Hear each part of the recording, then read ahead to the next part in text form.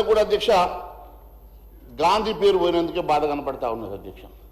ఎందుకో గాంధీ మీద వీళ్ళకి ఆ ప్రేమ మరి మరి అది అది అది రాహుల్ గాంధీ, రాజీవ్ గాంధీ, సోనియా గాంధీ, ఎక్కడ గాంధీలు అధ్యక్ష?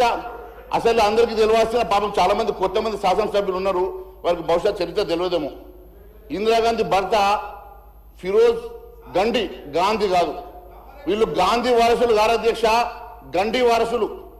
ఒక ఫిరోజ్ ఖాన్ ఇలా ఉన్నటువంటి సబ్జెక్ట్ డైవర్ట్ చేయడం లేదు, వాస్తవాలు మాట్లాడుతూ ఉన్నాను. పేరు మార్పు విషయంలో అధ్యక్ష ఆదిలాబాద్ జిల్లా నుంచి సోదరుడు ప్రాతినిధ్యం వహిస్తున్నాడు. ఇదే పాత రోజుల ఉపాధి హామీ చట్ట ప్రకారము మరి గతంలో బడ్జెట్ లో 4% ఉంటే కేంద్ర బడ్జెట్ లో ఉపాధి హామీకి, ఇప్పుడు పెట్టేటువంటి బడ్జెట్ లో లాస్ట్ ఇయర్ నుంచి 1.37% బడ్జెటే ఉపాధి హామీకి పెట్టారు.